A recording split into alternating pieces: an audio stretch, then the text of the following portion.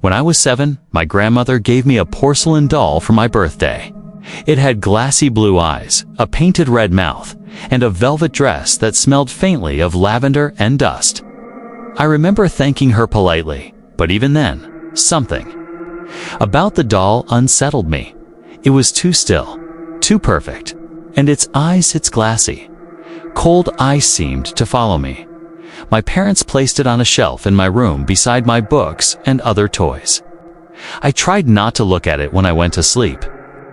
Sometimes, in the middle of the night, I would wake up with the feeling that something was watching me. The room would be silent, but I'd see a faint glint from the shelf, the light catching the doll's eyes. By the time I turned 10, I asked my parents if I could put the doll away. They said no. It was a gift from your grandmother, my mother insisted. You should treasure it. So I kept it there, unmoving, unblinking, silently recording my life like some quiet witness to my childhood.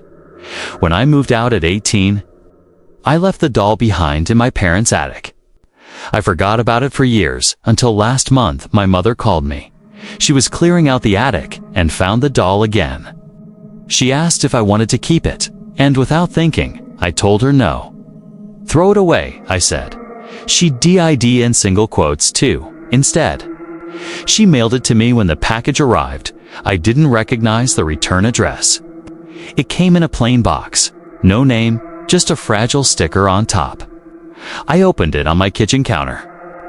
Nestled in old newspaper and bubble wrap was the doll, pristine, untouched by time, its eyes still as cold and blue as ever.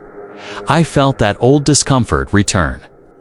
I set it on a bookshelf in my living room, planning to throw it out later that night. I dreamed I was a child again.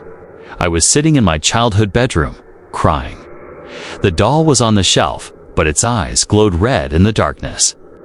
I tried to scream, but no sound came out. When I woke up, the doll was sitting on the coffee table. I live alone. I stared at it for a long time. My heart pounded as I tried to make sense of what I was seeing.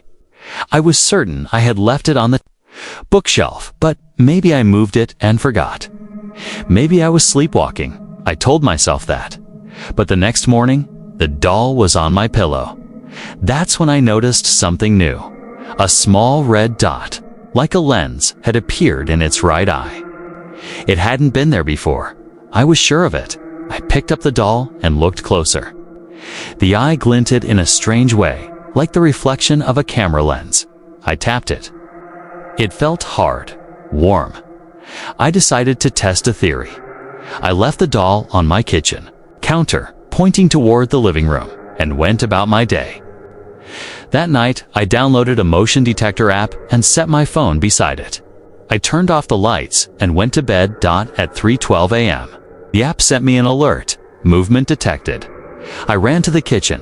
The doll was gone. I found it in the hallway, sitting upright, facing my bedroom door. I moved out the next day. I stayed with a friend for a week, but curiosity got the better of me. I returned to the apartment during daylight hours to collect more of my things. The doll was still there, sitting on the floor by the window, watching. That's when I noticed something even more disturbing. There were tiny scratches on the hardwood floor, faint lines that trailed from the kitchen to the hallway, like something had been dragged, like tiny porcelain feet. I picked up the doll and turned it over. Under its dress, embedded deep in the porcelain back, was a tiny metallic hatch. It looked like the kind of panel you'd see on an old recorder. There was a port, a jack-like, for a camera cable. I plugged it into my laptop with an adapter. Nothing happened at first. Then my screen flickered. File detected. VID_001. AIB. My hands trembled as I clicked it open. Grainy footage appeared. A static-filled room. My living room, recorded from a low angle, as if from the shelf. I watched as I moved about my apartment, brushing my hair, watching TV, talking on the phone. But I never placed a camera there. The footage went on. It showed me asleep, tossing, turning, and then a shadow moved in the hallway. Something long-limbed, crooked, just barely visible, in the corner of the screen, and the doll never moved. But somehow, the footage changed angles. The next file was labeled VID_002. It was from a new perspective. Lower, closer, it was me, sleeping, a close-up of my face, breathing, eyes twitching beneath my lids. I shut the laptop and yanked the cord out. That night, I smashed the doll with a hammer. It didn't break, not even a crack. I tried fire next. Nothing. The porcelain didn't melt. The eyes didn't blink. But that lens, it turned red again, glowing, recording. That was the night I heard it speak, not out loud in my mind, a voice small and soft like a child's whisper. I see you. I didn't sleep that night. I kept the doll locked in a heavy suitcase, duct taped it shut, and shoved it into the trunk of my car. I drove 4 hours before I found a quiet spot by the river outside town and threw the suitcase in. It sank fast. No struggle, no sound. Just a splash and silence. I thought that would be the end of it. But the next morning, I found muddy footprints in my kitchen. Tiny ones, like the size of a toddler's. They led from the back door to my bed. That's when the dreams got worse. They started simple shadows in corners, whispered voices, but soon they grew vivid and violent. In one, I was lying in bed while the doll climbed onto my chest. I couldn't move. Its glassy eyes stared into mine, and its mouth opened slowly, impossibly wide. Inside its mouth was a spinning camera lens, and it was recording. When I woke up, my laptop was open. The webcam light was on, and a new file was on my desktop. VD_003. AVI. This one was different. The angle was low again, like from floor level. I saw my feet as I got up in the middle of the night, sleepwalking. I walked to the kitchen, opened a drawer, took out a knife. Then I just stood there, breathing, holding the knife by my side, staring into nothing. Then, slowly, I turned toward the camera and smiled. I don't remember doing any of it. I tried to call anyone, but I was afraid they'd think I was crazy. So I reached out to the only person I knew who might believe me. My grandmother. She hadn't spoken much after my grandfather passed. I remembered something strange she once said, back when she first gave me the doll. Don't let it get bored. At the time, I thought she was joking. Now it haunted me. When I called, she answered after the 4th ring. Her voice was weak, but clear. You still have it, don't you? She asked. I didn't even have to explain. Yes, I whispered. She sighed. You were never supposed to keep it. It needs to see. It needs to move. It needs stories.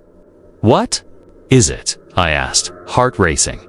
It's a vessel, she said. A memory keeper. But memories aren't enough anymore. It's evolved. Evolved. It was made to record pain, trauma. That's how it feeds. It doesn't just watch anymore. It directs. I felt cold all over. How do I stop it? You can't, she said. But you can give it what it wants. And what's that? Someone new. I hung up. I sat in silence, thinking it made sense now. The dreams, the recordings, the strange behavior. It wasn't just watching you, was pushing me, manipulating my thoughts, feeding off me. I had to find someone who could help. I contacted an occult historian from the university nearby, Professor Hanley. I told him it was about a haunted object and asked if he'd take a look. He agreed to meet me that weekend. I didn't tell him the full story over the phone. I was afraid he wouldn't come. I picked him up from campus Saturday morning. He was older, mid-60s, with wire-rimmed glasses and a leather satchel full of notes. We returned to my apartment together.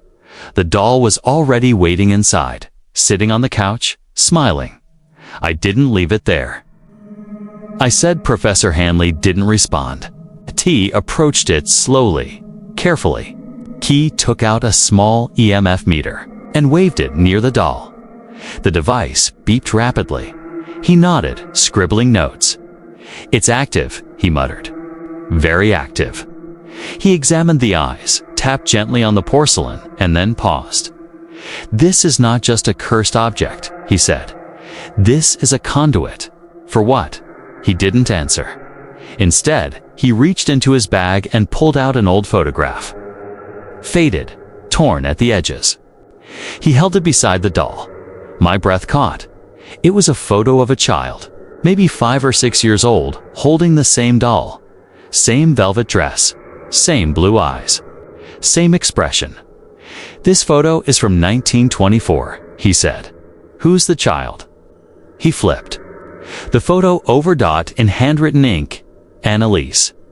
"Last seen August 12, 1926. She vanished," Hanley said. "No trace." Her family said the doll was all that remained. "Step back." "I want it gone," I said. "Burned, smashed, buried." "I don't care." "It doesn't work like that," he replied. "These types of entities attach to stories. They're not destroyed by force. They feed on narrative, suffering, attention. So how do we break it? You have to sever the story." He explained his theory that the doll was tethered to its viewer, the one who knew its story. As long as I was part of the narrative, it would follow me, so I have to pass it on. I asked. Hanley hesitated. Or isolate it. Trap the story. Cut off its view. He brought out an old iron box covered in etchings. It looked ancient, hand-forged. "This was used to bind memory spirits in Eastern Europe," he said. "If we put the doll inside and seal it, maybe it'll lose its influence." We placed a doll in the box. The moment the lid closed, a high-pitched screech filled the apartment. Lights flickered. My ears rang. And then, silence. For the first time in weeks. I felt calm. We sealed the box with wax and buried it deep in the woods behind my building.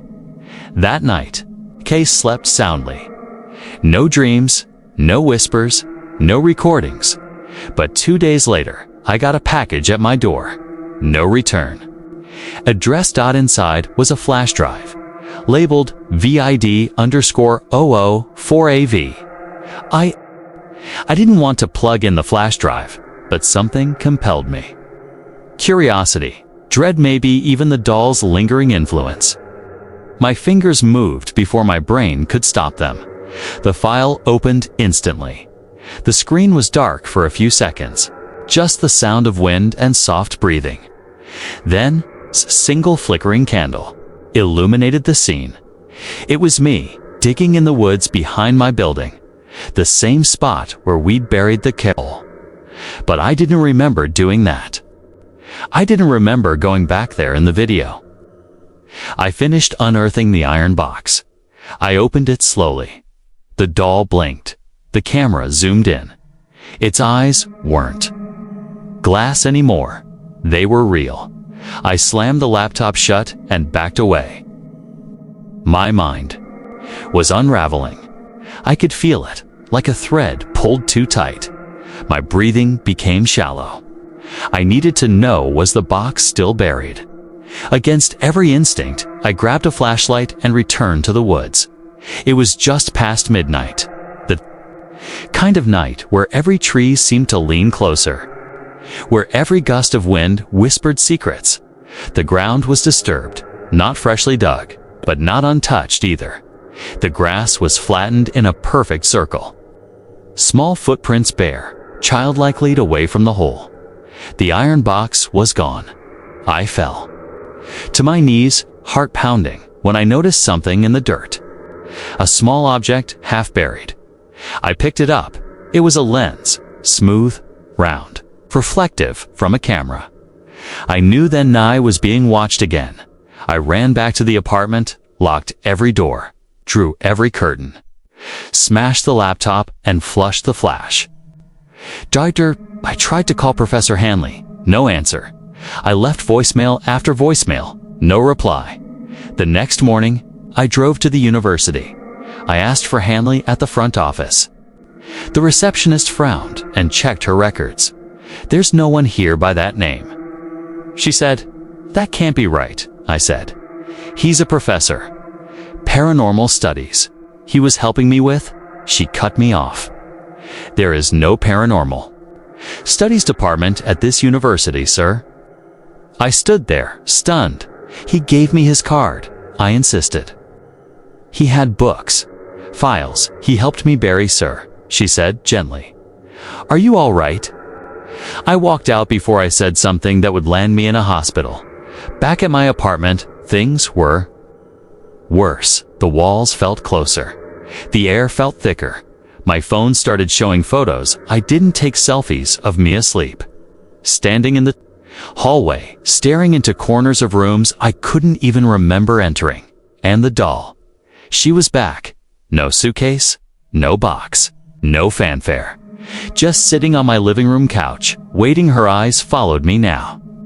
I swear they did. I didn't scream. I didn't throw her out. I just sat and waited, because by now, I understood something horrible. The doll was never just a doll. She was a storyteller, and I was her subject. Later that week, I tried something desperate. I went to a tech friend of mine, Liam. He worked in digital forensics. I told him I had a corrupted device that kept showing me strange footage. I didn't mention the doll. He examined my shattered laptop and managed to extract the data. There's a hidden partition, he said. Hundreds of video files, same name, structurevid _00012vid_0257. I frowned. I've only ever seen 4. He plugged in an external monitor and opened the files. The footage spanned decades, different people, different countries, different eras, but one constant. The doll always in the background, always watching. In one, a woman in black walks through a snowy forest in the 1960s. In another, a man in a bomb shelter cries while the doll sits silently on a crate beside him. In yet another, a girl dances for the camera, giggling. The doll mimics her movements in the corner of the frame, a second behind. Liam was pale. Where did you get this? T asked. It was a gift, I muttered. He didn't press, but later that night, he texted me, don't bring that thing near me again. Ever. He never spoke to me again. I tried to track the origins of the doll.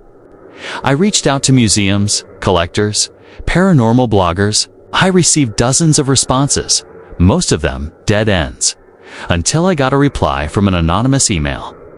Subject, you saw her, didn't you? Body, she's older than the camera.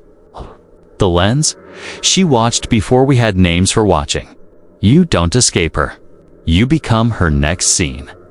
There was an attachment, another video. This time, the footage was grainy, in black and white. It showed me sitting on my couch, staring blankly into the camera. Behind me, the doll in my hand, a remote control, as if I were about to hit record and the timestamp.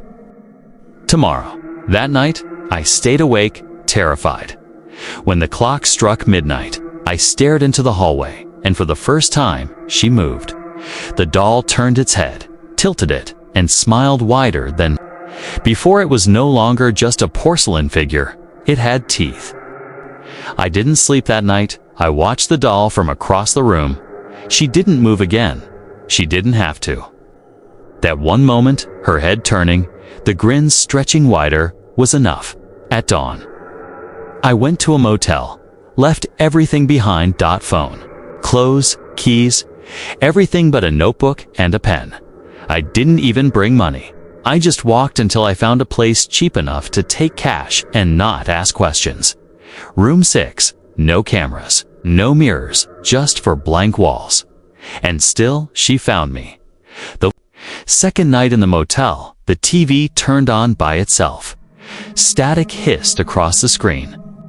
Then it cleared, and I saw footage of my old apartment. Me, sitting there. Her, on the couch. But it wasn't a past event. It was now. I walked up to the TV. Kay touched the screen. My hand went cold. Something was wrong with the air. I turned around, and there she was. Not the doll, the little girl, the one I saw in the early video. The one with the cracked face. She stood by the bathroom door. Her eyes weren't eyes anymore. They were empty sockets, and from them leaked what looked like ash. Her voice was barely a whisper. "Why did you bury me?" I opened my mouth, but nothing came out. She took a step forward, then another. I just wanted to watch. Her voice changed mid-sentence. It was layered, as if more than one voice was speaking, at once, one high-pitched, one low and mechanical. I stepped back, and she stopped. "You broke the lens," she said, and suddenly her face collapsed inward, folding like paper, revealing the doll's face behind it. The porcelain surface was cracked, and inside the crack's wires, twitching, moving, breathing, I lunged toward the door, slammed it open, and ran. Didn't stop until the sun rose. I needed answers, real answers. I remembered something. One of the emails I received earlier, anonymous. Cryptic, had metadata. I traced the IP address. It came from a town 4 hours north, a place called Miners Hollow, nearly abandoned. One of those dying towns with more memories than people. I took a bus, hitchhiked the last few miles, found the only building with lights and a library inside. An old woman was sorting books. When I asked about the email, she didn't look surprised. "You're not the first," she said. She poured tea, sat me down, told me the story. The doll had many names over the centuries. The eye, the listener, the repeater. But here, in Miners Hollow, she was called Cora.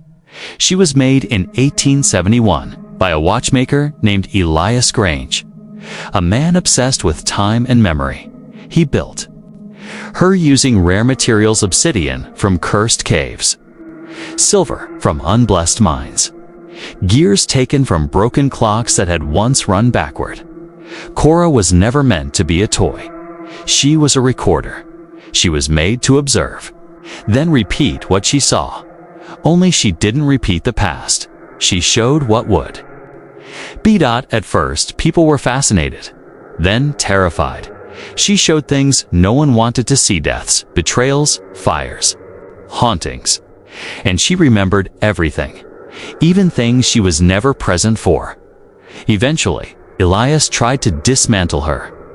The next morning, he was found with his eyes removed, 2 glass lenses placed neatly in their place. From then on, no one spoke of her until now. The librarian leaned in close. "If she's watching you," she whispered, "it means you've been marked." For what? To become part of the story. I was shaking. There has to be a way to stop it. She nodded. Double quotes, "Every watcher has a limit. Even her. But you must give her something new. A story she's never seen before. One that's not just pain. One that rewrites the ending." I blinked. What? Ending? She stood, and her eyes, her pupils shifted like glass. The librarian smiled. "The one where you live. Back in the motel." The room had changed. On the bed sat the doll again. Next to it, a journal. I picked it up. It was filled with entries written in my handwriting, but things I hadn't lived yet. August 2nd, I meet the girl in the parking lot.